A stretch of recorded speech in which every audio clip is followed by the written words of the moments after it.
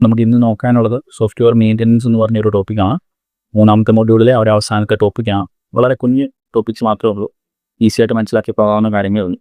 നമ്മൾ ഇതുവരെ എന്താണ് ചെയ്തത്? ഒരു സോഫ്റ്റ്വെയർ നമ്മൾ റിക്വയർമെൻറ്റ്സ് എടുക്കുക, അതിനുശേഷം ബേസിക് ഏത് മോഡലാണ് ചെയ്യേണ്ടത്, അല്ലെങ്കിൽ ഡയഗ്രംസ് വരച്ചു, അതിനുശേഷം നമ്മൾ എന്ത് ചെയ്തു, കോഡ് ചെയ്തു, കോഡ് ചെയ്തതിന് ശേഷം ടെസ്റ്റ് ചെയ്തു, അതിനുശേഷം നമ്മൾ ഡിപ്ലോയ് ചെയ്യേണ്ടത് എന്നാന്ന് വരെ പഠിച്ചു വെച്ചിട്ടുണ്ട്. ഇപ്പോൾ സോഫ്റ്റ്വെയർ ഡിപ്ലോയ് ചെയ്ത് കഴിഞ്ഞാൽ, ഡെവലപ്പ് ചെയ്ത് ഡിപ്ലോയ് ചെയ്ത് കഴിഞ്ഞാൽ ഇതിൻ്റെ കഥ തീർന്നോ? തീർച്ചയായിട്ടും അല്ല.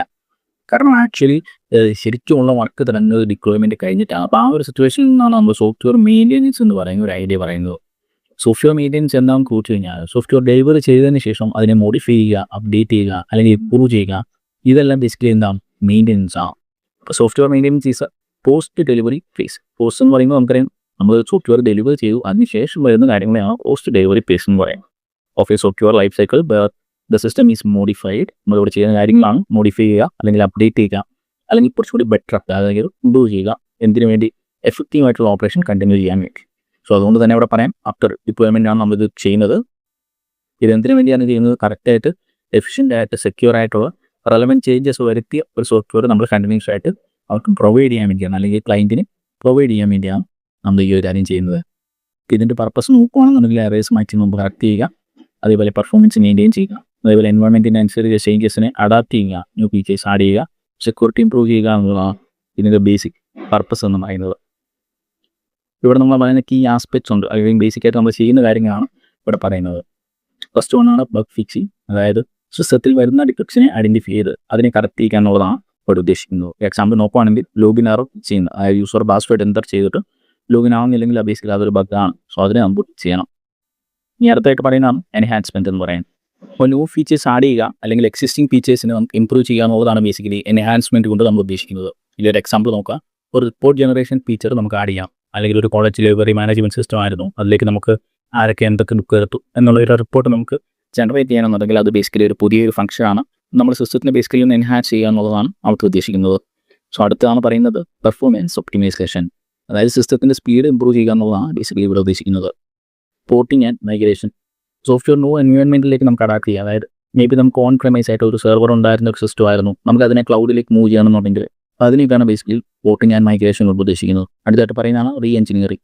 ഇപ്പോൾ ബേസിക്കലി ഇന്റേണൽ സ്ട്രക്ചർ കുറച്ചുകൂടി ഇംപ്രൂവ് ചെയ്യുക, ഫംഗ്ഷനാലിറ്റി ചേഞ്ച് ആകാതെ. ഓക്കെ, അതിനെയാണ് ബേസിക്കലി റീ എഞ്ചിനീയറിംഗ് ചെയ്യുക എന്ന് പറയുന്നത്. ഇപ്പോൾ ഒരു മോണോലിത്തിക് സിസ്റ്റം ആയിരുന്നു, അതിനെ നമ്മൾ മൈക്രോ സർവീസസ് ആക്കുക. നമുക്ക് എക്സാമ്പിളായിട്ട് നമ്മൾ തൊട്ട് മുമ്പ് പഠിച്ച നെറ്റ്ഫ്ലിക്സിൻ്റെ കേസ് നമുക്ക് നോക്കാം. ഇനി അടുത്താണ് ഡോക്യുമെൻറ്റേഷൻ എന്ന് പറയുന്നത്. ഇപ്പോൾ ഡോക്യുമെൻറ്റേഷൻ എന്ന് പറയുമ്പോൾ ടെക്നിക്കൽ ഡീറ്റെയിൽസ് അല്ലെങ്കിൽ ടെക്നിക്കൽ ഡോക്യുമെൻറ്റ്സ് അപ്ഡേറ്റ് ചെയ്യുക. അതായത് യൂസർ മാനുവൽ, ടെസ്റ്റ് കേസസ്, അതായത് അതുപോലെ ഡിസൈൻ ഡോക്യുമെൻറ്റ്സ് ഒക്കെ മെയിൻറ്റെയിൻ ചെയ്യുന്നതിനാണ് ബേസിക്കലി ഇവിടെ നമ്മൾ ഉദ്ദേശിക്കുന്നത്. ഇനി അടുത്തായിട്ട് നമുക്ക് പഠിക്കാനുള്ളത് സോഫ്റ്റ്വെയർ മെയിൻ്റെനൻസിൻ്റെ ടൈപ്സ് ആണ്. അതിലൂടെ 4 ടൈപ്പാണ് പഠിക്കാനുള്ളത്. അപ്പോൾ ആദ്യമായിട്ട് നമുക്ക് നോക്കാനുള്ളത് കറക്റ്റീവ് മെയിൻ്റെനൻസ് ആണ്. അപ്പോൾ സോഫ്റ്റ്വെയർ മെയിൻ്റെനൻസ് എന്താണെന്ന് നമുക്ക് മനസ്സിലായി. പിന്നെ ഏത് ടൈപ്സ് ആണ് പഠിക്കാനുള്ളത്? 4 ടൈപ്പാണ് ഇവിടെ ഉള്ളത്. ഫസ്റ്റ് വണ്ണാണ് കറക്റ്റീവ് മെയിൻ്റെനൻസ് എന്ന് പറയുന്നത്. കറക്റ്റീവ് എന്ന ആ പേര് തന്നെയുണ്ട്, കറക്റ്റ് ചെയ്യുക എന്നുള്ളതാണ് ഉദ്ദേശിക്കുന്നത്. സിമ്പിളായിട്ട് പറഞ്ഞു കഴിഞ്ഞാൽ സോഫ്റ്റ്വെയറിൻ്റെ ഡെലിവറി കഴിഞ്ഞിട്ട് വരുന്ന ബഗ്സിനെ ഫിക്സ് ചെയ്യുക എന്നുള്ളതാണ് ഇവിടെ ഉദ്ദേശിക്കുന്നത്. അപ്പോൾ ഇതിൻ്റെ ഒരു പർപ്പസ് എന്ന് പറഞ്ഞാൽ സിസ്റ്റം കറക്റ്റായിട്ട് വർക്ക് ചെയ്യണം, അതേപോലെ യൂസർ റിപ്പോർട്ട് ഇഷ്യൂസ് മാക്സിമം നമുക്ക് റിസോൾവ് ചെയ്ത് മുന്നോട്ട് പോകാൻ വേണ്ടിയാണ് നമ്മളിത് ചെയ്യുന്നത്. ഇതിൻ്റെ ഒരു പ്രോസസ്സ് നോക്കുകയാണെങ്കിൽ പ്രോബ്ലത്തിനെ ഐഡൻറ്റിഫൈ ചെയ്യുക, അതിൻ്റെ റൂട്ട് കോഴ്സിനെ നമുക്ക് മനസ്സിലാക്കിയെടുക്കുക, അതിന് കറസ്പോണ്ടിങ് ആയിട്ട് കോഡ് മോഡിഫൈ ചെയ്യുക, റീടെസ്റ്റ് ചെയ്യുക, അതിനുശേഷം അപ്ഡേറ്റ് ചെയ്യുക. ഒരു എക്സാമ്പിൾ നോക്കിക്കഴിഞ്ഞാൽ ഒരു ലോഗിൻ ഫെയിലിയർ ഉണ്ടെന്ന് റിപ്പോർട്ട് ചെയ്തു, അതിന് കറസ്പോണ്ടിങ് ആയിട്ടുള്ള ആക്ഷൻ നമ്മളെടുത്ത് അതിനെ നമ്മൾ ഫിക്സ് ചെയ്തതിന് ശേഷം തിരിച്ച് ടെസ്റ്റ് ചെയ്തതിന് ശേഷം ഡെലിവറി ചെയ്യുക. ഇങ്ങനെ ചെയ്യുന്നതിലൂടെ ബെനിഫിറ്റ്സ് എന്താണെന്ന് ചോദിച്ചു കഴിഞ്ഞാൽ നമുക്കറിയാം, റിലയബിലിറ്റി മാക്സിമം കൂട്ടുക, അതേപോലെ യൂസർ സാറ്റിസ്ഫാക്ഷൻ മാക്സിമം കൂട്ടുക. ഇപ്പോൾ ഇവിടെ വരുന്ന ചലഞ്ചസ് എന്താണെന്ന് ചോദിച്ചു കഴിഞ്ഞാൽ, നമുക്ക് മേ ബി ഒരു കാര്യം സോൾവ് ചെയ്യുന്നതിലൂടെ വേറെ പല കാര്യത്തിലുള്ള ബഗ്സ് ഉണ്ടാകാനുള്ള പോസിബിലിറ്റി ഉണ്ട്, അതേപോലെ തന്നെ ഡീബഗ് ചെയ്യാനുള്ള കോംപ്ലക്സിറ്റി നമുക്ക് പറയാം. ഇനി അടുത്ത ടൈപ്പ് ഓഫ് മെയിൻ്റെനൻസ് ആണ് അഡാപ്റ്റീവ് മെയിൻ്റെനൻസ്. നമ്മൾ പറഞ്ഞു 4 തരമാണ് ഉള്ളതെന്ന് പറഞ്ഞു. സോ അടുത്താണ് അഡാപ്റ്റീവ് മെയിൻ്റെനൻസ് എന്ന് പറയുന്നത്. ഇപ്പോൾ എൻവയോൺമെൻറ്റ് ചേഞ്ച് ആകുമ്പോൾ സോഫ്റ്റ്വെയർ അഡാപ്റ്റീവിനെയാണ് ബേസിക്കലി അഡാപ്റ്റീവ് മെയിൻ്റെനൻസ് എന്ന് പറയുന്നത്. നമുക്കൊരു സിമ്പിളായിട്ടൊരു എക്സാമ്പിൾ പറഞ്ഞു കഴിഞ്ഞാൽ, നമുക്കൊരു ആപ്പ് ഉണ്ടായിരുന്നു, ആ ആപ്പിൽ നമുക്ക് ഓൾറെഡി ആൻഡ്രോയിഡ് മാത്രമേ വർക്ക് ആവത്തുള്ളായിരുന്നു. അപ്പോൾ നമ്മൾ ഭാവിയിൽ എന്ത് ചെയ്തു, അതിനെ നമുക്ക് iOS കൂടി അപ്ഡേറ്റ് ചെയ്യണമെന്നുണ്ട്. സോ അതിനെയാണ് ബേസിക്കലി അഡാപ്റ്റീവ് മെയിൻ്റെനൻസ് എന്ന് പറയുന്നത്. സിമ്പിളായിട്ട് പറയുകയാണെങ്കിൽ OS സപ്പോർട്ട്, അതേപോലെ പുതിയ APIs എന്തെങ്കിലും ഉണ്ടെങ്കിൽ, API എന്ന് ഉദ്ദേശിച്ച ആപ്ലിക്കേഷൻ പ്രോഗ്രാമിംഗ് ഇൻ്റർഫേസ് ആണ്. അപ്പോൾ അതിൻ്റെ എന്തെങ്കിലും ഇൻറ്റഗ്രേഷൻസ് ഉണ്ടെങ്കിൽ അതിനൊക്കെയാണ് ബേസിക്കലി നമ്മളിവിടെ ചെയ്യുന്നത്. സിമ്പിളായിട്ട് നമ്മളൊരു OSൻ്റെ കേസ് ആലോചിച്ച് നോക്കുക. ഇതിൻ്റെ പർപ്പസ് എന്ന് പറയുന്നത് ബേസിക്കലി കമ്പാറ്റബിലിറ്റി മെയിൻറ്റെയിൻ ചെയ്യുക എന്നുള്ളതാണ്. ഇവിടുത്തെ പ്രോസസ്സ് എന്ന് പറയുന്നത് എന്താണ് ചെയ്യുന്നത് ഐഡൻറ്റിഫൈ ചെയ്യുക, അതിന് കറസ്പോണ്ടിങ് ആയിട്ടുള്ള ഇമ്പാക്റ്റ് നമ്മൾ അനലൈസ് ചെയ്യുന്നു, അതിനുശേഷം മോഡിഫൈ ചെയ്യുന്നു, അതിനുശേഷം റീടെസ്റ്റ് ചെയ്ത് ഡെലിവറി ചെയ്യുന്നു. ഇങ്ങനെ ചെയ്യുന്നതിലൂടെ ബെനിഫിറ്റ്സ് എന്താണെന്ന് വെച്ചാൽ നമുക്കറിയാം, സിസ്റ്റം ഒരിക്കലും ഔട്ട്ഡേറ്റഡ് ആവാതിരിക്കാൻ നമ്മൾ നോക്കുന്നു. അതേപോലെ തന്നെ വേരിയസ് ആയിട്ടുള്ള യൂസേഴ്സിൻ്റെ നീഡ്സിനെ നമ്മൾ സാറ്റിസ്ഫൈ ചെയ്യാനാണ് ശ്രമിക്കുന്നത്. ഇനി അടുത്തൊരു ടൈപ്പാണ് പെർഫെക്റ്റീവ് മെയിൻ്റെനൻസ് എന്ന് പറയുന്നത്. ഇവിടേക്ക് വരുമ്പോൾ ആ പേരിൽ തന്നെയുണ്ട് പെർഫെക്റ്റീവ് ആവും, കുറച്ചുകൂടി പെർഫെക്റ്റ് ആവുക എന്നുള്ളതാണ് ഇവിടെ ഉദ്ദേശിക്കുന്ന മെയിൻ്റെനൻസ്. എന്ന് പറഞ്ഞാൽ സിമ്പിളായിട്ട് പറയുവാണെങ്കിൽ സോഫ്റ്റ്വെയറിൻ്റെ ബേസിക്കലി ഇമ്പ്രൂവ് ചെയ്യുകയാണ് ചെയ്യുന്നത്. എന്ന് പറഞ്ഞാൽ പലതരത്തിൽ, അതായത് പെർഫോമൻസ് ഉണ്ട്, യൂസബിലിറ്റി ഉണ്ട്, ഫീച്ചേഴ്സ് ഉണ്ട്. അപ്പോൾ ഈ ഒരു വിധത്തിലെല്ലാം നമ്മൾ മാക്സിമം മെയിൻറ്റെയിൻ ചെയ്യുക അല്ലെങ്കിൽ ഇമ്പ്രൂവ് ചെയ്യുന്നതിനെയാണ് പെർഫെക്റ്റീവ് മെയിൻ്റെനൻസ് എന്നോട് ഉദ്ദേശിക്കുന്നത്. അപ്പോൾ ഇതിൻ്റെ ഒരു പർപ്പസ് നോക്കിക്കഴിഞ്ഞാൽ എഫിഷ്യൻസി കൂട്ടുക, അതേപോലെ ന്യൂ ഫീച്ചേഴ്സ് ആഡ് ചെയ്യുക, അതേപോലെ യൂസറിൻ്റെ എക്സ്പീരിയൻസ് എന്ന് പറയുന്നത് ഇമ്പ്രൂവ് ചെയ്യുക. ഇവിടെ നമ്മൾ ചെയ്യുന്ന പ്രോസസ്സ് ഏറെക്കുറെ സെയിമാണ്. അതായത് ഫീഡ്ബാക്ക് കളക്ട് ചെയ്യുന്നു, അതിന് കറസ്പോണ്ടിങ് ആയിട്ടുള്ള ഇമ്പ്രൂവ്മെൻറ്റ്സ് എന്തൊക്കെയാണ് നമ്മൾ ഐഡൻറ്റിഫൈ ചെയ്യുന്നു, അതിന് നമ്മൾ ഇംപ്ലിമെൻറ്റ് ചെയ്യുന്നു, അതിന് കറസ്പോണ്ടിങ് ആയിട്ടുള്ള ടെസ്റ്റിംഗ് നമ്മളിവിടെ ചെയ്യുന്നത്. ഇതിൻ്റെ എക്സാമ്പിൾ നോക്കുകയാണെങ്കിൽ UI-യുടെ ഡിസൈൻ കുറച്ചുകൂടി ഇമ്പ്രൂവ് ചെയ്യുക, അതേപോലെ ന്യൂ ഫീച്ചേഴ്സ് ആഡ് ചെയ്യുക, അൽഗോരിതം കുറച്ചുകൂടി ഒപ്റ്റിമൈസ് ചെയ്യുക. ഇങ്ങനെയൊക്കെ ചെയ്യുന്ന വഴിയുള്ള ബെനിഫിറ്റ്സ് എന്താണ്? ബേസിക്കലി യൂസർ സാറ്റിസ്ഫാക്ഷൻ നമുക്ക് മാക്സിമം കൂട്ടുക, അതേപോലെ പെർഫോമൻസ് മാക്സിമം ബെറ്റർ ആക്കുക, അതേപോലെ ഫ്യൂച്ചർ മെയിൻ്റെനൻസ്, അതായത് ഭാവിയിൽ വരുന്ന മെയിൻ്റെനൻസിൻ്റെ ഒക്കെ കോസ്റ്റ് കുറയ്ക്കാൻ നമ്മൾ കുറച്ചുകൂടി സഹായിക്കുന്നുണ്ട്. നാലാമത്തെ ടൈപ്പ് മെയിൻ്റെനൻസ് ആണ് പ്രിവെൻറ്റീവ് മെയിൻ്റെനൻസ് എന്ന് പറയുന്നത്. ഇപ്പോൾ ഇവിടേക്ക് ഇപ്പോൾ ഫ്യൂച്ചർ പ്രോബ്ലംസ് എന്തെങ്കിലും വരാനുള്ള ചാൻസ് ഉണ്ടെങ്കിൽ നമ്മൾ അതിനെ കണ്ടുപിടിച്ച് അത് അവോയ്ഡ് ചെയ്യാൻ മാക്സിമം നമ്മൾ ട്രൈ ചെയ്യുന്നതാണ് ഈ ഒരു പ്രിവെൻറ്റീവ് മെയിൻ്റെനൻസ് എന്ന് പറയുന്നത്. സോ ഇവിടെ നമുക്ക് അതുകൊണ്ട് തന്നെ പറയാം, ഇതൊരു പ്രോ ആക്റ്റീവ് മെയിൻ്റെനൻസ് ആണ്. എന്ന് പറഞ്ഞാൽ എന്താണ്? നമ്മൾ ഭാവിയിലത്തെ കാര്യങ്ങൾ മുൻകൂട്ടി കണ്ടുകൊണ്ട് അതിനെ മാക്സിമം സോൾവ് ചെയ്യാൻ വേണ്ടി ശ്രമിക്കുകയാണ് ചെയ്യുന്നത്. അപ്പോൾ ഇതിൻ്റെ പർപ്പസ് എന്ന് പറഞ്ഞാൽ നമുക്ക് മാക്സിമം റിലയബിലിറ്റി ഇമ്പ്രൂവ് ചെയ്യുക, അതേപോലെ ഫ്യൂച്ചർ ഫെയിലിയേഴ്സ് കുറയ്ക്കുക, മിനിമൈസ് ചെയ്യുക റിസ്ക് എന്നുള്ളതാണ് ഇവിടുത്തെ മെയിൻ പർപ്പസ് എന്ന് പറയുന്നത്. ഇതിൻ്റെ ഒരു പ്രോസസ്സ് എന്ന് പറഞ്ഞാൽ കോഡ് റിവ്യൂ നടത്തുന്നു. ഇപ്പോൾ എന്തൊക്കെ പ്രശ്നങ്ങളുണ്ടെങ്കിൽ പെർഫോമൻസിൽ വരുന്ന കൺസ്ട്രെയിൻസ് എന്തൊക്കെയാണ് നമ്മളത് നോക്കുന്നു, അതിനുശേഷം വർക്ക് ചെയ്യുന്നു, അതിന് കറസ്പോണ്ടിങ് ആയിട്ടുള്ള മെയിൻ്റെനൻസ് നടത്തുന്നു. ഇപ്പോൾ ഇതിൻ്റെ ഒരു എക്സാമ്പിൾ നോക്കുകയാണെന്നുണ്ടെങ്കിൽ സെക്യൂരിറ്റി പാച്ചസ് അപ്ഡേറ്റിംഗ്, അതേപോലെ അൺയൂസ്ഡ് കോഡൊക്കെ നമ്മൾ റിമൂവ് ചെയ്യുക, അതേപോലെ ലൈബ്രറീസൊക്കെ അപ്ഡേറ്റ് ചെയ്യുന്നതിനൊക്കെയാണ് ബേസിക്കലി നമ്മളിവിടെ പ്രിവെൻറ്റീവ് മെയിൻ്റെനൻസ് എന്ന് പറയുന്നത്. പിന്നെ ചെയ്യുന്നതിലൂടെ ബെനിഫിറ്റ് എന്താണെന്ന് ചോദിച്ചു കഴിഞ്ഞാൽ നമുക്ക് മാക്സിമം ഫെയിലിയർ കുറയ്ക്കുക, അതേപോലെ ലോങ് ടൈമിൽ സസ്റ്റൈനബിലിറ്റി ഇൻക്രീസ് ചെയ്യുക എന്നുള്ളതാണ്. ഇവിടെ വരുന്ന ചാലഞ്ചസ് എന്തൊക്കെയാണെന്ന് ചോദിച്ചാൽ അവിടെ നമുക്ക് ഒരുപാട് ടൈമും അതേപോലെ റിസോഴ്സസും നമുക്ക് ആവശ്യമുണ്ട്. ഇപ്പോൾ മേ ബി നമുക്ക് ഈ പറഞ്ഞ പോലെ ബെനിഫിറ്റ്സ് നമുക്ക് ഇന്നത്തേനോ നാളത്തേനോ കാണാൻ വേണ്ടി അല്ല നമ്മൾ ചെയ്യുന്നത്. സോ അതുകൊണ്ട് തന്നെ ബെനിഫിറ്റ്സ് നോട്ട് ഇമ്മീഡിയറ്റ്ലി വിസിബിൾ എന്ന് കൂടി നമുക്ക് പറയാം. അതായത് ഭാവിയിലത്തെ കാര്യങ്ങളെ മുൻകൂട്ടി കണ്ടുകൊണ്ടാണല്ലോ നമ്മളിവിടെ മെയിൻറ്റെയിൻ ചെയ്യാൻ ശ്രമിക്കുന്നത്. സോ ഈ 4 ടൈപ്പ് ഓഫ് മെയിൻ്റെനൻസ് ആണ് നമുക്കിവിടെ സോഫ്റ്റ്വെയർ മെയിൻ്റെനൻസിൽ നമുക്ക് പഠിക്കാനുള്ളത്. 4 ജസ്റ്റ് ഒന്ന് ഓർത്തുക ടൈപ്സ് പറയാനാണെങ്കിൽ CATP എന്ന് ഓർക്കുക. C എന്ന് പറയുമ്പോൾ കറക്റ്റീവ് ആണ്, A എന്ന് പറയുമ്പോൾ അഡാപ്റ്റീവ് ആണ്, P എന്ന് പറയുമ്പോൾ പ്രിവെൻറ്റീവും ഉണ്ട്, അതേപോലെ തന്നെ പെർഫെക്റ്റീവും ഉണ്ട്. അപ്പോൾ ഇത്രയും 4 ടൈപ്പ് ഓർത്ത് വെക്കുക. നിങ്ങൾ ഈ CAPP എന്ന് ഓർത്ത് വെച്ചാൽ തന്നെ നിങ്ങൾക്ക് അത് എഴുതാൻ പറ്റും. ബേസിക് ഒരു ഐഡിയ ഉണ്ടാവുക. ആ കാര്യങ്ങളൊന്നും എഴുതാതിരിക്കരുത്, അത്യാവശ്യം നല്ല രീതിയിൽ എഴുതി പ്രസൻറ്റ് ചെയ്യുക. അടുത്തിട്ട് നമുക്ക് നോക്കാനുള്ള ഒരു കുഞ്ഞു ടോപ്പിക് കൂടെയുണ്ട്, ബോം സോഫ്റ്റ്വെയർ മെയിൻ്റെനൻസ് മോഡൽ എന്നാണ് ഈ ഒരു ടോപ്പിക്ക്. ഇതെന്ന് പറയുന്നത് 1983 ബാരി ബോം എന്ന് പറയുന്ന ഒരാൾ ഇൻട്രൊഡ്യൂസ് ചെയ്ത ഒരു മോഡലാണ്. ഇതിൻ്റെ മെയിൻ ഐഡിയ എന്താണെന്ന് വെച്ച് കഴിഞ്ഞാൽ സോഫ്റ്റ്വെയർ മെയിൻ്റെനൻസ് എന്ന് പറയുന്ന ഒരു ടെക്നിക്കൽ ആക്ടിവിറ്റി മാത്രമല്ല, അതേസമയം അതൊരു എക്കണോമിക് ഡിസിഷൻ കൂടിയാണ്. അതായത് സിമ്പിളായിട്ട് പറഞ്ഞു കഴിഞ്ഞാൽ ഓരോ ചേഞ്ചസ് നമ്മൾ വരുത്തുമ്പോഴും അതിന് കറസ്പോണ്ടിങ് ആയിട്ടുള്ള കോസ്റ്റ് അവിടെയുണ്ട്. അതുകൊണ്ട് തന്നെ ചേഞ്ചസ് ചെയ്യണമോ വേണ്ടയോ എന്നുള്ളത് നമ്മൾ ഡിസൈഡ് ചെയ്ത് അതിനുശേഷം മാത്രമേ നമ്മൾ ചേഞ്ചസ് വരുത്താം. ഇപ്പോൾ ചേഞ്ച് വരുത്തണം എന്ന് പറഞ്ഞു കഴിഞ്ഞാൽ നമുക്കവിടെ വരുന്നൊരു എക്കണോമിക് ഫാക്ടർ എന്ന് പറയുന്ന ഒരു കൺസെപ്റ്റ് കൂടി ഈ ബോം എന്ന് പറഞ്ഞാൽ അവിടെ മനസ്സിലാക്കുകയാണ് ചെയ്യുന്നത്. സോ അതായത് ബേസിക്കലി പറയുകയാണെന്നുണ്ടെങ്കിൽ അതായത് ഡിസിഷൻസ് എങ്ങനെ എടുക്കാം, അവിടെയാണ് ഈ ഒരു ബോം മോഡലിൻ്റെ സിഗ്നിഫിക്കൻസ് വരുന്നത്. നമ്മളൊരു ഡിസിഷൻ എടുക്കുന്നതിന് മുമ്പ് നമ്മുടെ ഒബ്ജക്റ്റീവ്സും അതേപോലെ തന്നെ കൺസ്ട്രെയിൻസും നമ്മൾ വ്യക്തമായിട്ട് പഠിക്കേണ്ടതുണ്ട്. ഒബ്ജക്റ്റീവ്സ് എന്ന് പറഞ്ഞാൽ നമുക്കിവിടെ എന്തൊക്കെയായിരിക്കും നമ്മൾ ഈ ഒരു ചേഞ്ച് വരുത്തുന്നതുകൊണ്ട് നമ്മളിവിടെ ഫോക്കസ് ചെയ്യേണ്ട കാര്യങ്ങൾ ബേസിക്കലി പെർഫോമൻസ്, റിലയബിലിറ്റി, ഫങ്ഷണാലിറ്റി എന്നുള്ള കാര്യങ്ങളാണ്. അതേസമയം കൺസ്ട്രെയിൻ എന്ന് പറയുമ്പോൾ നമുക്കറിയാം ടൈം, എത്രത്തോളം സമയം കൊണ്ട് നമുക്ക് ചെയ്യാൻ പറ്റും, എത്രത്തോളം ചിലവുണ്ടാവും, കോസ്റ്റ് ഉണ്ടാവും, അതേപോലെ നമുക്ക് ഈ ഒരു ചേഞ്ച് വരുത്താനുള്ള റിസോഴ്സസ് നമ്മുടെ കയ്യിലുണ്ടോ എന്നുള്ളത് കൂടി അനലൈസ് ചെയ്യുന്നുണ്ടാവും. സോ ഇതിൻ്റെ ഒരു ഗോൾ എന്ന് പറഞ്ഞു കഴിഞ്ഞാൽ ഇത്രേ ഉള്ളൂ, ബെറ്റർ മെയിൻ്റെനൻസ് ഡിസിഷൻ എടുക്കുക, അതേപോലെ പ്രൊഡക്ടിവിറ്റി മാക്സിമം ഇമ്പ്രൂവ് ചെയ്യുക എന്നുള്ളതാണ്. സോ ഇവിടെ നമുക്ക് ഈ ഒരു ഡയഗ്രാം എക്സ്പ്ലെയിൻ ചെയ്ത് പോകാം. വളരെ ഇമ്പോർട്ടൻ്റ് ആയിട്ടുള്ളൊരു കാര്യമാണ്. നമുക്ക് ബോം മോഡൽ ചോദിച്ചു കഴിഞ്ഞാൽ സ്വാഭാവികമായിട്ടും ഈ ഒരു ഡയഗ്രം കൂടി ഇൻക്ലൂഡ് ചെയ്യേണ്ടതുണ്ട്. ഇതൊരു ക്ലോസ്ഡ് ലൂപ്പ് മോഡലാണ്. ക്ലോസ്ഡ് ലൂപ്പ് എന്ന് പറഞ്ഞാൽ പ്രോസസ്സ് കണ്ടിന്യൂസ്ലി റിപ്പീറ്റ് ചെയ്യുന്നുണ്ട്. സൈക്കിൾ എന്താണെന്ന് നോക്കാം. നമുക്ക് ചേഞ്ച് റിക്വസ്റ്റ് വരുന്നു. ഓക്കെ, ചേഞ്ച് റിക്വസ്റ്റ് വരുന്നു. ആ റിക്വസ്റ്റിനെ നമ്മൾ എന്ത് ചെയ്യുന്നു? ഇവാലുവേറ്റ് ചെയ്യുന്നു. ഓക്കെ, അതാണ് പറയുന്നത്, ഇവാലുവേറ്റ് ചെയ്യുന്നു. അതിന് കറസ്പോണ്ടിങ് ആയിട്ടുള്ള ഇംപ്ലിമെൻറ്റേഷൻ ചെയ്യുന്നത്, ഫീഡ്ബാക്ക് എടുക്കുന്ന ഫീഡ്ബാക്കിൽ നിന്ന് നമുക്ക് പുതിയ ചേഞ്ചസ് വരുത്തുന്നു, അല്ലെങ്കിൽ ചേഞ്ച് ഇംപ്ലിമെൻറ്റ് ചെയ്യുന്നു, പുതിയ വെർഷൻ ഓഫ് സോഫ്റ്റ്വെയർ നമുക്ക് കിട്ടുന്നു. ഇപ്പോൾ സ്റ്റെപ്പ് ബൈ സ്റ്റെപ്പായിട്ട് നോക്കുകയാണെന്നുണ്ടെങ്കിൽ ചേഞ്ച് ഐഡൻറ്റിഫിക്കേഷൻ, ക്ലാസിഫിക്കേഷൻ, നമുക്ക് മേ ബി യൂസേഴ്സ് സജഷൻ പറയാം, അല്ലെങ്കിൽ സ്റ്റേക്ക് ഹോൾഡേഴ്സ് ഇതുമായിട്ട് ബന്ധപ്പെട്ട് കിടക്കുന്ന ആൾക്കാർ പറയാം സജഷൻസ്. അപ്പോൾ മേ ബി അന്ന് നമുക്ക് ഏത് തരത്തിലേക്ക് വരുന്നതെന്നുള്ളത് നമ്മൾ ക്ലാസിഫൈ ചെയ്യുന്നു. നമ്മൾ 4 തരം മെയിൻ്റെനൻസ് നമ്മൾ ഓൾറെഡി പഠിച്ചു: corrective, adaptive, perfective, preventive. May be ഒരാൾ പറയാൻ പുതിയൊരു ഫീച്ചർ വേണം അല്ലെങ്കിൽ ഈ ഒരു ബഗ് ഫിക്സ് ചെയ്യുക. അപ്പോൾ അതിന് നമുക്ക് കിട്ടിയ സജഷനെ നമ്മൾ എന്ത് ചെയ്യുന്നു, കോസ്റ്റ് ടു ബെനിഫിറ്റ് ഇവാലുവേഷൻ ചെയ്യുന്നു. അപ്പോൾ ഈ ഒരു ചേഞ്ച് നമ്മൾ അനലൈസ് ചെയ്യുകയാണ് ചെയ്യുന്നത്. ബെനിഫിറ്റ് ഉണ്ടോ, അല്ലെങ്കിൽ ഇതിന് എത്ര രൂപ ചിലവ് വരും, ഇത് ഫീസിബിൾ ആണോ നമ്മളെ കൊണ്ട്, ഇത്തരം കാര്യങ്ങൾ നമ്മൾ അനലൈസ് ചെയ്യുന്നതാണ് സെക്കൻഡ് സ്റ്റെപ്പ് എന്ന് പറയുന്നത്. അതിനുശേഷം മാനേജ്മെൻറ്റിൻ്റെ ഒരു ഡിസിഷൻ വരുമ്പോൾ അത് വേണ്ടിയിട്ട് ശരി ഈ ഒരു ചേഞ്ച് ഇംപ്ലിമെൻറ്റ് ചെയ്യേണ്ട ആവശ്യമുണ്ടോ, മാനേജ്മെൻറ്റ് സൈഡിൽ നിന്ന് ഒരു ബഡ്ജറ്റ് ഉണ്ടാവും, ടൈം ഉണ്ടാവും, റിസോഴ്സസിൻ്റെ ഒക്കെ ഒരു സാധ്യതയൊക്കെ മുന്നിൽ കണ്ടുകൊണ്ടായിരിക്കും അവരെ ചേഞ്ച് എടുക്കുന്നത്. അതിനുശേഷം മാനേജ്മെൻറ്റ് ഡിസൈഡ് ചെയ്യും എന്ത് ചെയ്യണോ വേണ്ടയോ എന്നുള്ളത്. അതിനുശേഷം വരുന്ന സ്റ്റെപ്പാണ് ഇപ്പോൾ ചേഞ്ച് ചെയ്തോളാം എന്നുള്ളൊരു തീരുമാനം വരുന്നതെന്നുണ്ടെങ്കിൽ എന്ത് ചെയ്യും, ഇംപ്ലിമെൻറ്റ് ചെയ്യും. ഇംപ്ലിമെൻറ്റ് ചെയ്യുക എന്ന് പറഞ്ഞാൽ ബേസിക്കലി അപ്രൂവ്ഡ് ചേഞ്ച് ഇംപ്ലിമെൻറ്റ് ചെയ്യും. കറസ്പോണ്ടിങ് കോഡിംഗ് ഉണ്ടാവും, ടെസ്റ്റിംഗ് ഉണ്ടാവും, ഡോക്യുമെൻറ്റേഷൻ അപ്ഡേറ്റ് ഉണ്ടാവും. അതിനുശേഷം ഫിഫ്ത്ത് സ്റ്റെപ്പാണ് വെരിഫിക്കേഷൻ ആൻഡ് വാലിഡേഷൻ വരുന്നത്. അതായത് ബേസിക്കലി സോഫ്റ്റ്വെയറിൻ്റെ പുതിയ വേർഷൻ നമ്മൾ റിലീസ് ചെയ്യുന്നു. അതിനുശേഷം സിക്സ്ത് ആണ് ബേസിക്കലി നമ്മൾ ഫീഡ്ബാക്ക് എടുക്കുന്നു. അതായത് യൂസേഴ്സിൻ്റെ അടുത്ത് നിന്ന് വീണ്ടും ഫീഡ്ബാക്ക് എടുത്ത് ബേസിക്കലി എന്തെങ്കിലും പിന്നെയും കുറ്റങ്ങളുണ്ടെന്നുണ്ടെങ്കിൽ എന്ത് പറ്റും, അത് വീണ്ടും ഒരു ഇതേപോലെ ഫസ്റ്റ് സ്റ്റെപ്പിലേക്ക് എഗെയിൻ പോകും, ചേഞ്ച് ഐഡൻറ്റിഫിക്കേഷനിലേക്ക് പോയി അതിനുശേഷം ക്ലാസ്. അപ്പോൾ ഇതൊരു കണ്ടിന്യൂസ് ആയിട്ടുള്ളൊരു പ്രോസസ് മോഡലാണെന്നാണ് ഇവിടെ പറയുന്നത്. അത് തന്നെയാണ് നമ്മൾ ഈ ഒരു ഡയഗ്രത്തിൽ പറയുന്നത്. നിങ്ങളുടേതായിട്ടുള്ള രീതിയിൽ ഒരു ഡയഗ്രാം വരച്ചാലും ഇത് കറക്റ്റ് തന്നെ ആയിരിക്കും. ഇവിടെ നമ്മൾ 2 ടൈംസ് പറയുന്നുണ്ട്, ആനുവൽ ചേഞ്ച് ട്രാഫിക് KCT, അതേപോലെ ആനുവൽ മെയിൻ്റെനൻസ് എഫോർട്ട് AME എന്ന് പറഞ്ഞ് 2 ടൈംസ് പറയുന്നുണ്ട്. ഇപ്പോൾ ആനുവൽ ചേഞ്ച് ട്രാഫിക് എന്ന് പറഞ്ഞാൽ ഒരു വർഷം നമ്മൾ എത്രത്തോളം കോഡ് ചേഞ്ച് ചെയ്യുന്നു എന്നുള്ളതാണ് മെഷർ ചെയ്യുന്നത്. ഫോർ എക്സാമ്പിൾ പറയുകയാണെന്നുണ്ടെങ്കിൽ ഒരു ആഡ് ചെയ്തത് ഒരു 10 KLOC അല്ലെങ്കിൽ ലൈൻസ് ഓഫ് കോഡാണ്. K എന്ന് പറയുമ്പോൾ കിലോ ആണ്, കിലോ ലൈൻസ് ഓഫ് എന്ന് പറയുമ്പോൾ 1000 ആണ് ഉദ്ദേശിക്കുന്നത്. 10 KLOC എന്ന് പറഞ്ഞാൽ എന്താണ്, 10,000 ലൈൻസ് നമ്മൾ ആഡ് ചെയ്തു എന്ന് വിചാരിക്കാം. അതുപോലെ ഡിലീറ്റ് ചെയ്യുമ്പോൾ ഇവിടെ 5 KLOC എന്ന് പറയുന്നത് എന്താണെന്ന് നമുക്കറിയാം, 5000 ലൈൻസ് നമ്മൾ ഡിലീറ്റ് ചെയ്തു. സോ ടോട്ടലി നമുക്കിവിടെ ഒരു 100 KLOC ഉണ്ടാക്കുമെങ്കിൽ ഇവിടെ നമുക്ക് ഫോർമുല വരുന്നത് ഇത്രേ ഉള്ളൂ, add plus deleted divided by ടോട്ടലാണ്. സോ ബേസിക്കലി നമുക്കിവിടെ പെർസെൻറ്റേജിലായിരിക്കും നമുക്ക് ആൻസർ കിട്ടുന്നത്. സോ അതായത് ഇതിൽ നമ്മൾ മനസ്സിലാക്കുന്ന എത്രത്തോളം ചേഞ്ച് നമ്മൾ വരുത്തി എന്നുള്ളതാണ് ഇവിടെ മനസ്സിലാക്കുന്നത്. ഇനി KME എന്ന് പറഞ്ഞാൽ ഇത്രേ ഉള്ളൂ, ACT ഇൻറ്റു SDE.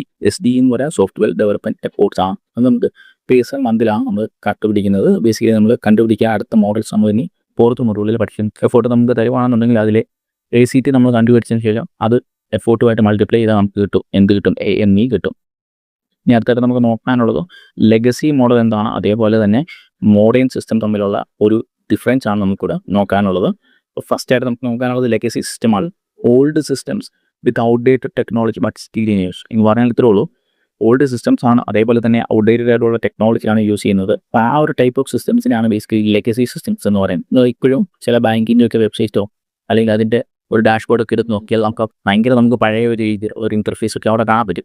ബേസിക്കലി ആ ഒരു type of system legacy systems എന്ന് പറയുന്നത്. അപ്പോൾ ഇതിൻ്റെ ക്യാരക്ടറിസ്റ്റിക്സ് നോക്കുകയാണെന്ന് 4 ആയിട്ടുള്ള ഡോക്യുമെൻറ്റേഷൻ ആണ്. അതേപോലെ മോഡിഫൈ ചെയ്യാൻ നല്ല ബുദ്ധിമുട്ടുണ്ടാവും, ഹാർഡ്വെയർ ഡിപ്പെൻഡൻസി ഒക്കെ ഒരുപാട് കൂടുതലുണ്ടാവും. ബേസിക്കലി നമ്മളിപ്പോൾ ഒരു ബാങ്കിൻ്റെ കേസ് പറഞ്ഞ പോലെ തന്നെ അപ്പോൾ എന്തുകൊണ്ടാണ് ഇതിപ്പോഴും അതേപോലെ തന്നെ നിൽക്കുന്നതെന്ന് യൂസ് ചെയ്യാൻ മേ ബി നമുക്ക് മാറ്റിക്കഴിഞ്ഞാൽ ഒരുപാട് കാര്യങ്ങൾ മാറ്റേണ്ടി വരും. അതേപോലെ മാറ്റാൻ നമുക്ക് ഒരുപാട് ക്യാഷിൻ്റെ ചിലവുണ്ടാവും.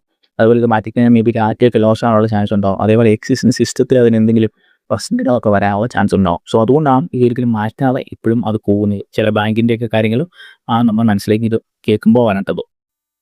പിന്നെയുള്ളൊരു സാധനം നമുക്ക് മെയിൻ്റെനൻസ് സ്ട്രാറ്റജി എന്ന് പറഞ്ഞാൽ എന്താണ്, ഇവിടെ പ്രിഫർ ചെയ്യുന്നതെന്ന് പറയുന്നത് റീ എഞ്ചിനീയറിംഗ് അല്ലെങ്കിൽ റീപ്ലേസ്മെൻ്റ് ആണ്.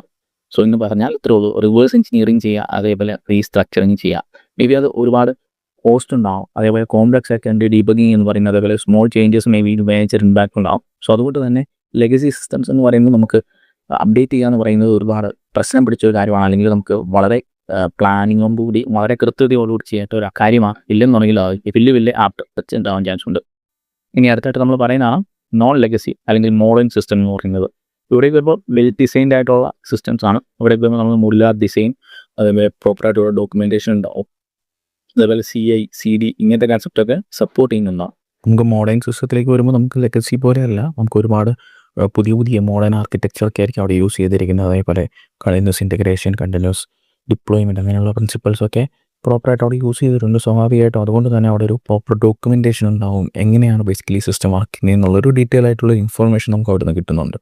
സോ അതുകൊണ്ട് തന്നെ കമ്പയർ ടു ലെഗസി സിസ്റ്റം നമുക്ക് മോഡേൺ സിസ്റ്റത്തിൽ മെയിൻ്റെനൻസ് നടത്തുന്നത് ബേസിക്കലി അഡാപ്റ്റീവ്, പ്രിവെൻറ്റീവ് അല്ലെങ്കിൽ പെർഫെക്റ്റീവ് ഇതേപോലുള്ള മെയിൻ്റെനൻസ് ആയിരിക്കും നമ്മളവിടെ ഫോക്കസ് ചെയ്യുന്നത്.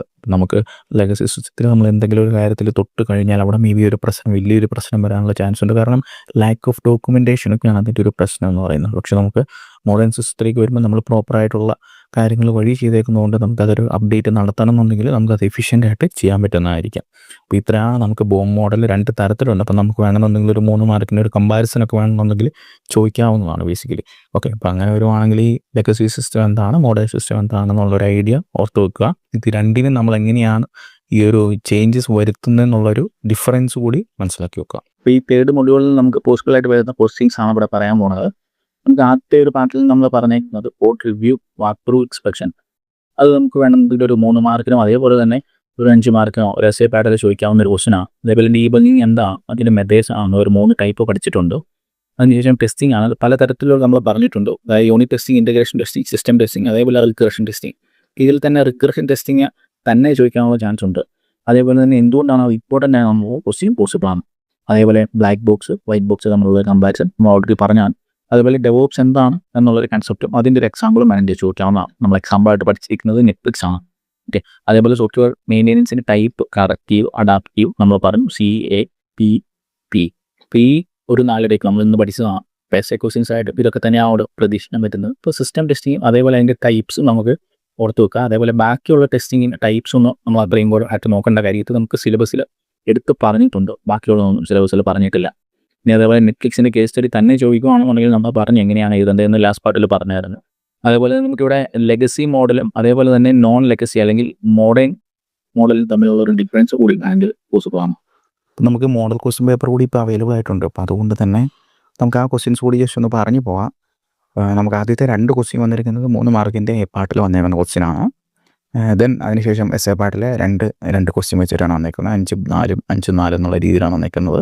എസ് എ ക്വസ്റ്റ്യൻ 9 മാർക്കാണ് വന്നിരിക്കുന്നത്. നമുക്ക് ഓരോന്നായിട്ട് നോക്കാം. ഫസ്റ്റ് ക്വസ്റ്റ്യൻ എന്ന് പറയുന്നത് 3 മാർക്കിന് വൈറ്റ് ബോക്സും ബ്ലാക്ക് ബോക്സും തമ്മിലുള്ള ഒരു കമ്പാരിസൺ ആണ് ചോദിച്ചിരിക്കുന്നത്. ബേസിക്കലി 2 ടെസ്റ്റിംഗ് സ്ട്രാറ്റജീസ് ആണ് നമ്മൾ ഓൾറെഡി വളരെ ഡീറ്റെയിൽ ആയിട്ട് മനസ്സിലാക്കിയിട്ടുള്ളതാണ്. അപ്പോൾ അതിൻ്റെ ഒരു ബേസിക് ഡിസ്ക്രിപ്ഷൻ അതേപോലെ ഒരു ഫിഗർ കൂടി കൊടുത്താൽ നമുക്ക് ആ 3 മാർക്ക് ഈസിയായിട്ട് കിട്ടും. അടുത്തായിട്ട് ചോദിച്ചിരിക്കുന്നത് സൈക്ലോമാറ്റിക് കോംപ്ലക്സിറ്റി ആണ്. അപ്പോൾ നമുക്കത് ഡയറക്റ്റ് സിലബസിൽ പറഞ്ഞിട്ടില്ല. അപ്പോൾ അതുകൊണ്ട് തന്നെ ഇങ്ങനെയുള്ള ഒരു ക്വസ്റ്റ്യൻ വന്നു കഴിഞ്ഞാൽ ആ ഒരു ടോപ്പിക്കായിട്ട് ബന്ധപ്പെട്ട് നമുക്ക് എന്തെങ്കിലും അറിയാവുന്നുണ്ടെങ്കിൽ അത് നമ്മൾ അത്യാവശ്യം നല്ല രീതിയിൽ പ്രസൻറ്റ് ചെയ്യാം മാർക്കിനനുസരിച്ച്. അപ്പോൾ അങ്ങനെ പ്രസൻറ്റ് ചെയ്താൽ മേ ബി നമുക്ക് സിലബസിൽ ഇല്ലാത്തതായതുകൊണ്ട് മേ ബി നമുക്ക് വാല്യുവേഷൻ വരുമ്പോൾ സ്കീമിൽ എന്തെങ്കിലും ഒരു റീസണബിൾ ആയിട്ടുള്ള ഒരു അറ്റംപ്റ്റ് ചെയ്തിട്ടുണ്ടെങ്കിൽ അവിടെ മാർക്ക് കൊടുക്കാൻ നമുക്ക് പറയും. സോ അതുകൊണ്ട് തന്നെ ഒന്നും എഴുതാതെ വിടുന്നത് ബുദ്ധിയല്ല. ഇനി അടുത്തൊരു ക്വസ്റ്റ്യൻ ചോദിച്ചിരിക്കുന്നതാണ് എസ് എ പാർട്ടിൽ ചോദിച്ചിരിക്കുന്ന 3-4 എന്ന് പറഞ്ഞ് ഇവിടെ കൊടുത്തിരിക്കുന്നതാണ് ഒരു എസ് എ. അതിൻ്റെ ഒരു ഓർ ക്വസ്റ്റ്യനാണ് 5-6 കൊടുത്തിരിക്കുന്നത്. അപ്പം code inspection, code walk through, അതേപോലെ കോഡ് റിവ്യൂ ഡീറ്റെയിൽ ആയിട്ട് എക്സ്പ്ലെയിൻ ചെയ്യാനാണ് ചോദിച്ചിരിക്കുന്നത്. നമ്മൾ വളരെ ഡീറ്റെയിൽ ആയിട്ട് മൊഡ്യൂൾ 3 ഫസ്റ്റ് പാർട്ടിൽ ഡിസ്കസ് ചെയ്തിട്ടുണ്ട്. ബേസിക് ഒരു എക്സ്പ്ലനേഷൻ അതേപോലെ അതിൻ്റെ ഒരു വർക്കിംഗ് ഒക്കെ ഇച്ചിരി ഡീറ്റെയിൽ ആയിട്ടൊന്ന് എഴുതിയാൽ മതി. അടുത്ത 4ാമത്തെ ക്വസ്റ്റ്യൻ ചോദിച്ചിരിക്കുന്നത് ഡെവോപ്സ് എന്താണ്, അതിൻ്റെ ഒരു എക്സാമ്പിളാണ് കൊടുത്തിരിക്കുന്നത്. നമ്മൾ എക്സാമ്പിളായിട്ട് ആ കേസ് സ്റ്റഡി തന്നെ നിങ്ങൾ കൊടുക്കുകയാണെന്നുണ്ടെങ്കിൽ ഒരു ബെറ്റർ ഇംപ്രഷൻ നമുക്ക് അവിടെ കിട്ടുന്നതായിരിക്കും. നെറ്റ്ഫ്ലിക്സിൻ്റെ കാര്യം നമുക്കൊന്ന് മെൻഷൻ ചെയ്ത് പോയാൽ മതിയാവും. അടുത്തതായിട്ട് അതായത് 5-6 എന്ന് പറയുന്നത് വേറൊരു ഓർ ക്വസ്റ്റ്യൻ ആയിരുന്നു module 3 S A. Software maintenance എന്താണ്, അതിൻ്റെ ടൈപ്സ് ആണ് ചോദിച്ചിരിക്കുന്നത്. നമ്മൾ 4 ടൈപ്പ് CAPP എന്നുള്ള രീതിയിൽ നമ്മൾ ഷോർട്ട് കട്ടൊക്കെ വെച്ച് പഠിച്ചിട്ടുണ്ട്. അപ്പോൾ അത് ജസ്റ്റ് ഒരു ബ്രീഫ് എക്സ്പ്ലനേഷനാണ് അവിടെ എക്സ്പെക്ട് ചെയ്യുന്നത്. അതേപോലെ നീഡ് ഓഫ് റിഗ്രഷൻ ടെസ്റ്റിംഗ് ആണ് അതിൻ്റെ സപ്പാർട്ടായിട്ട് ചോദിച്ചിരിക്കുന്നത്. 4 മാർക്കിനായിരുന്നു ചോദിച്ചത്, 3 മാർക്കല്ല. ഇപ്പോൾ 5+4 എന്നുള്ള 9 മാർക്സ് ആണ് എസ് എ വരുന്നത്. അപ്പം റിഗ്രഷൻ ടെസ്റ്റിംഗ് എന്താണ് നമുക്കറിയാം. ഒരു എന്തെങ്കിലും പുതിയതായിട്ടുള്ള ഒരു ഫീച്ചർ അല്ലെങ്കിൽ എക്സിസ്റ്റിംഗ് എന്തെങ്കിലും ബഗ് ഉണ്ടായിരുന്നെങ്കിൽ അത് ഫിക്സ് ചെയ്തതിന് ശേഷം ബോർഡ് സിസ്റ്റം ഒന്നുകൂടി ടെസ്റ്റ് ചെയ്യുന്നതിനെയാണ് ബേസിക്കലി റിഗ്രഷൻ ടെസ്റ്റിംഗ് എന്ന് നമ്മൾ പറയുന്നത്. അപ്പോൾ ആ കാര്യങ്ങളൊക്കെ ജസ്റ്റ് ഒന്ന് മെൻഷൻ ചെയ്താൽ മതിയാവും. അപ്പോൾ ഇത്രയാണ് നമുക്ക് മോഡൽ ക്വസ്റ്റ്യൻ പേപ്പർ വന്നേക്കുന്ന ക്വസ്റ്റ്യൻസ്. നമ്മൾ മൊത്തം ടോപ്പിക്സ് കഴിഞ്ഞതിന് ശേഷം നമുക്ക് മോഡൽ ക്വസ്റ്റ്യൻ പേപ്പർ മാത്രം നമുക്കൊരു സെപ്പറേറ്റ് വീഡിയോ ആയിട്ട് ഇച്ചിരി ഡീറ്റെയിൽ ആയിട്ട് എക്സ്പ്ലെയിൻ ചെയ്ത് പോകാം. അപ്പോൾ ഒരിക്കലും നിങ്ങൾ ക്വസ്റ്റ്യൻസ് നോക്കിയല്ല പഠിക്കേണ്ടത്, നിങ്ങൾ ഫുൾ ടോപ്പിക്സ് തന്നെ പഠിക്കാൻ നമുക്ക് കുഞ്ഞു കുഞ്ഞു കാര്യങ്ങൾ മാത്രമേ ഉള്ളൂ. അപ്പോൾ അതൊന്ന് ജസ്റ്റ് ഒന്നിരുന്ന് 1-2-3 പ്രാവശ്യം വായിച്ചാൽ നമുക്ക് കിട്ടുന്ന കാര്യങ്ങളേ ഉള്ളൂ. ഇത്രയാണ് എനിക്ക് ഈ ഒരു മൊഡ്യൂൾ 3 പറയാനുള്ള കാര്യങ്ങൾ. അടുത്ത പാർട്ടിൽ മൊഡ്യൂൾ 4 സ്റ്റാർട്ട് ചെയ്യാം. Thank you.